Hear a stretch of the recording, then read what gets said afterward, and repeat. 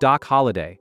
He wasn't the main character, but he hijacked the whole movie with a drawl, a pistol, and a death sentence. Val Kilmer's performance as Doc Holliday in Tombstone is the kind of cinematic lightning strike that should have been carved into Oscar history, and yet, the Academy didn't even nominate him. Kilmer plays Doc as a Southern gentleman slowly rotting from tuberculosis, but still sharper and faster than anyone else in the saloon. His every line is dipped in sarcasm and delivered with the weary charm of a man already halfway to the grave. He reportedly stayed in character off-camera, keeping his body thin, posture slouched, and speech slurred. Kilmer even used a secret trick to appear sickly. He placed a small ice chip in his mouth between takes to give his voice a breathy, unwell tone. That raspy voice became essential to Doc's dying defiance. What sets his performance apart is how he weaponizes theatricality. When he says, "I'm your Huckleberry," it isn't just a threat, it's poetry. His accent isn't just Southern, it's Shakespeare dipped in whiskey. Beneath the elegance is a man leaking pain and regret, fiercely loyal to Wyatt Earp, and determined to die with some sense of honor intact. In a film stacked with gunfights, mustaches, and grit, Doc Holliday stands out as the only man who seems bigger than the legend he's playing. One of the most memorable moments comes during the final showdown with Johnny Ringo. Holliday, pale and drenched in sweat, steps into the duel in Earp's place. What should have been a basic standoff becomes something mythic. He toys with Ringo, spins the pistol like it's part of a magic trick, then coldly shoots him dead. It's the calmest, cruelest mercy ever seen in a Western. The duel is short, but Kilmer draws out every second of it with an eerie serenity that only a man flirting with death can muster. The Academy ignored Kilmer's transformation. Why? Tombstone wasn't taken seriously by Oscar voters. It was a shoot-'em-up Western during an era when prestige films had to be somber and self-important. Worse, the movie's chaotic production led to a fractured PR campaign, vital for Oscar buzz. Meanwhile, Tommy Lee Jones won Best Supporting Actor for The Fugitive, a performance filled with authority and grit, but none of the layered nuance or theatrical daring Kilmer brought to his role. Adding insult to injury, Kilmer has since revealed that Tombstone was one of the hardest shoots of his career, not just physically, but emotionally. He was battling health problems that echoed Doc's decline, yet poured everything he had into the role. And it shows. Decades later, he's the reason the film endures. No one quotes Tombstone for Wyatt Earp. They quote Doc Holliday. They mimic the slouch. They imitate the smirk. And they all wonder how the Academy missed one of the greatest scene-stealing acts in film history. Bill the Butcher cutting. He wears a top hat, a handlebar mustache, and a glass eye painted with an American eagle, and still manages to be the most terrifying man in New York. As Bill the Butcher cutting in Gangs of New York, Daniel Day-Lewis delivered a performance so massive, so volcanic, it nearly swallowed the film whole. Yet even with that ferocity, he didn't win the Oscar. Bill the Butcher is a gang leader, nativist, and self-declared guardian of the true America. He's not just violent, he's principled about it. Day-Lewis plays him with Shakespearean weight, articulate, poetic, and horrifying. One moment he's giving a stirring monologue about loyalty and law, the next he's throwing a cleaver into a man's spine mid-sentence. He commands every frame like a dictator standing on stage. Behind the scenes, Day-Lewis went full method, as expected. He insisted on speaking in Bill's heavy 19th-century New York accent, both on and off set. To master the accent, he studied phonetic recordings of old Bowery dialects and read original speeches from the time. He also apprenticed with a real butcher for months, learning to carve meat with speed and precision. The glass eye? He wanted to have one inserted for real, but settled on a prosthetic. During filming, he learned to tap it with a knife, just to unsettle anyone nearby. One of the most unforgettable scenes occurs when Bill, draped in a blood-stained American flag, delivers a eulogy for a man he murdered. "He was the only man I ever killed worth remembering," he says, his voice low and reverent. Day-Lewis turns murder into mythology, making Bill both a villain and a legend. It's terrifying, and impossible to ignore. Despite the towering performance, Day-Lewis lost the Oscar to Adrian Brody for The Pianist. Brody played a Jewish pianist surviving the Holocaust, subtle, emotional, deeply human. It was a delicate portrayal, based on restraint and silence, while Day-Lewis brought fire and thunder. The Academy often prefers quiet suffering over operatic villainy, and Brody's real-world, historical subject matter gave him the edge. His win also marked him as the youngest Best Actor in history, another irresistible moment for Oscar voters. But what many don't know is how far Day-Lewis pushed himself. He refused to wear modern winter coats between takes during the shoot, even in freezing weather, because it would break character. He caught pneumonia as a result, and still refused treatment until filming wrapped. He said later he had to exorcise Bill from his system after the role, because the character had started to take over his mind. Gangs of New York was meant to be a sweeping epic about America's brutal birth, but it's Day-Lewis who turned it into an unforgettable war cry. He didn't just act, he exploded. The Academy chose subtle tragedy over theatrical terror, but cinema history remembers the butcher. Sorry for stopping your video, but you really should subscribe. Karl Childers. He speaks in a slow, gravelly murmur. He walks with a hunch. His eyes carry the weight of something terrible. As Karl Childers in Sling Blade, Billy Bob Thornton created a character so singular, so haunting, that it instantly entered the canon of unforgettable performances. And yet, the Best Actor Oscar went to someone else. Thornton didn't just act the part, he wrote it, directed it, and transformed into it. Karl is a mentally disabled man recently released from a psychiatric hospital where he served time for killing his mother and her lover. The film follows his re-entry into society, his unexpected friendship with a young boy, and his quiet slide toward another act of violence.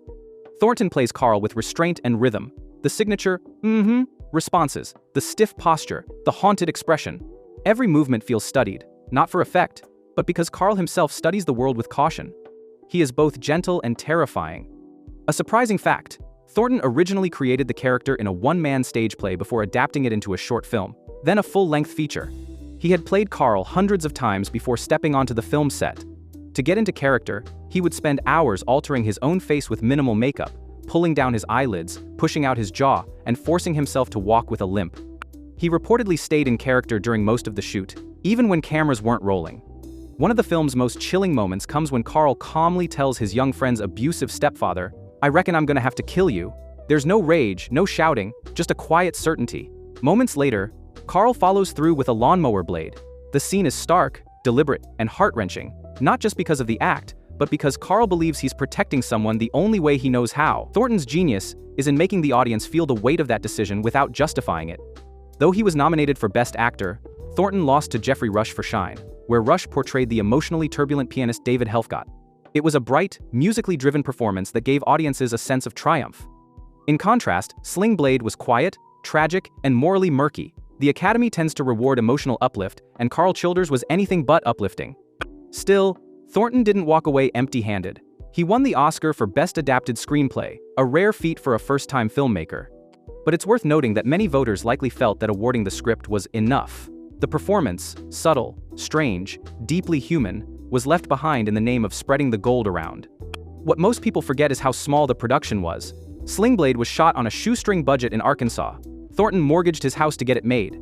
Yet despite every obstacle, he created a timeless character who still echoes through film history. No one forgets that voice, or that walk, or that blade. Aaron Stampler. He walks in trembling, stammering, and soaked in blood, and walks out as one of the greatest manipulators ever seen on screen. Edward Norton's performance as Aaron Stampler in Primal Fear wasn't just impressive, it was seismic.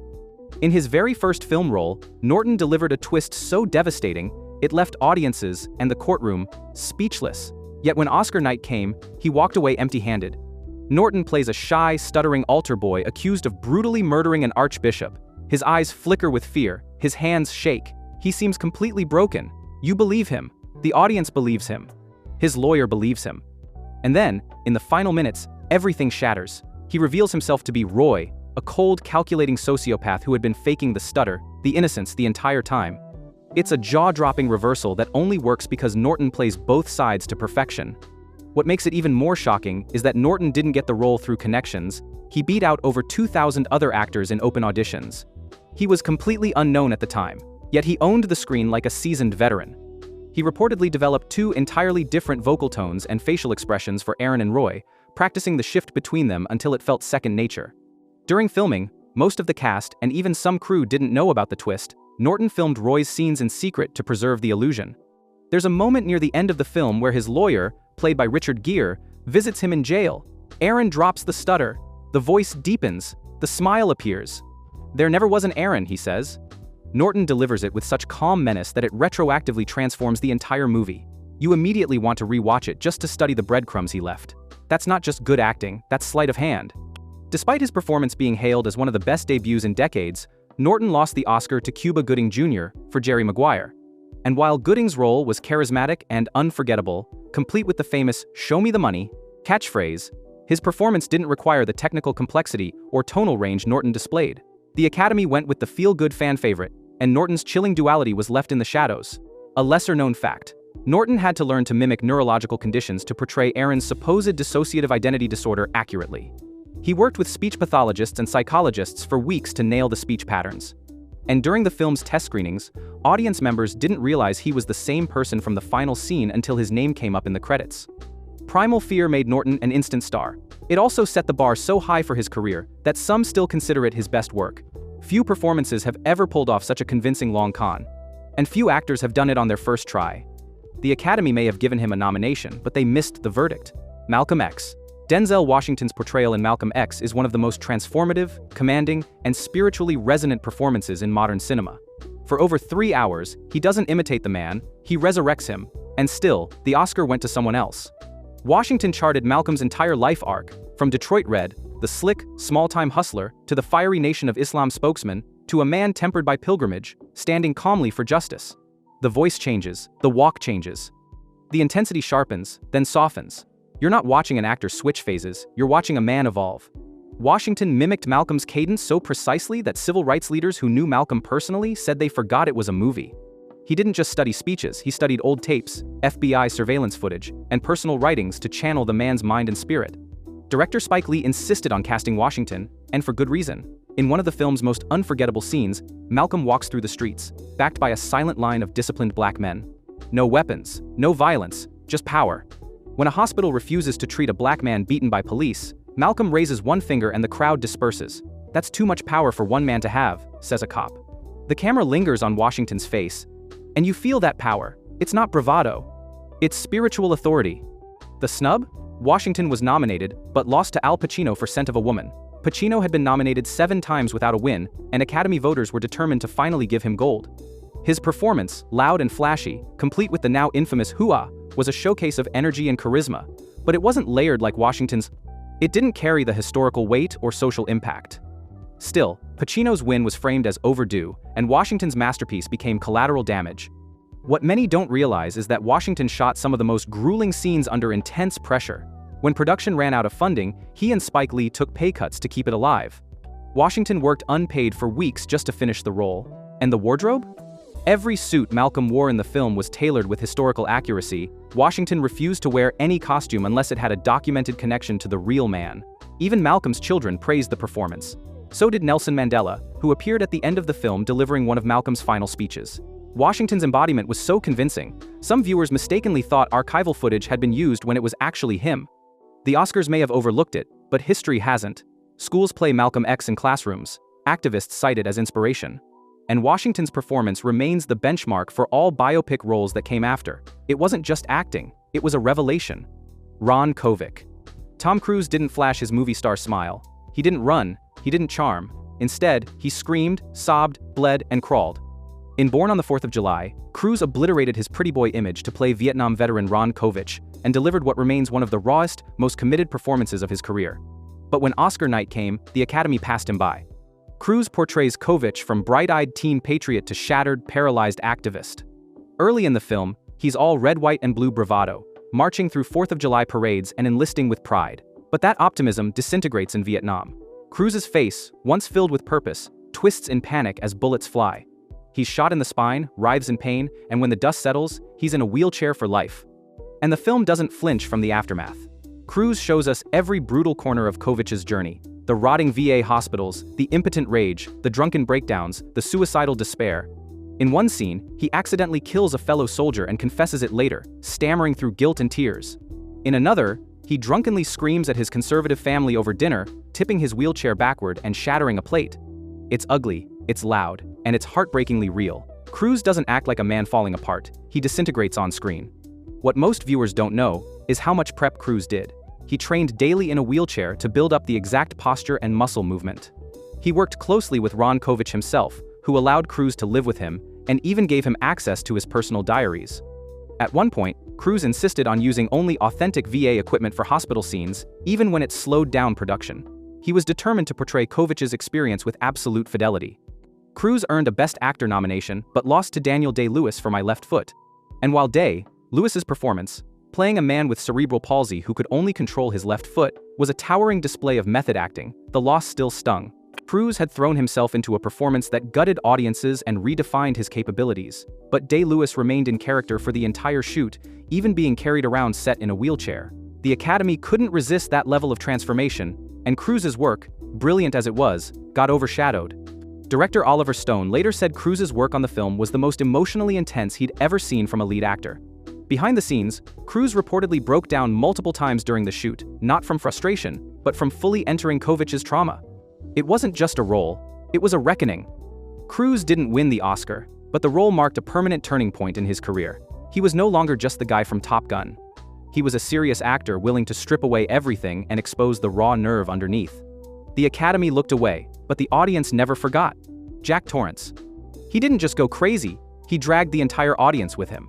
Jack Nicholson's turn as Jack Torrance in The Shining is one of the most iconic performances in film history, burned into pop culture with an axe, a scream, and one unforgettable line, yet the Academy didn't even nominate him.